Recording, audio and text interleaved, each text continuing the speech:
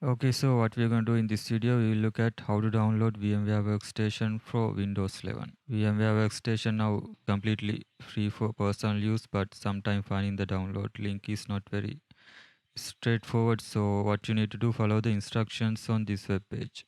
First, click on this link to create an account with Broadcom.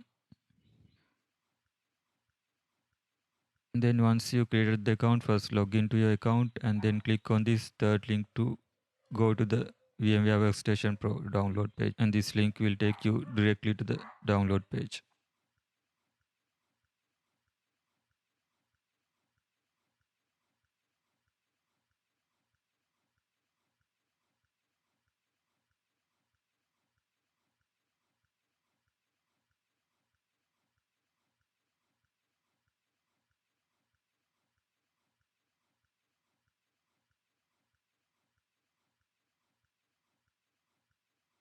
So that's how we download VMware Workstation for Windows 11, and from here the installation is very straightforward. Just go with the default options.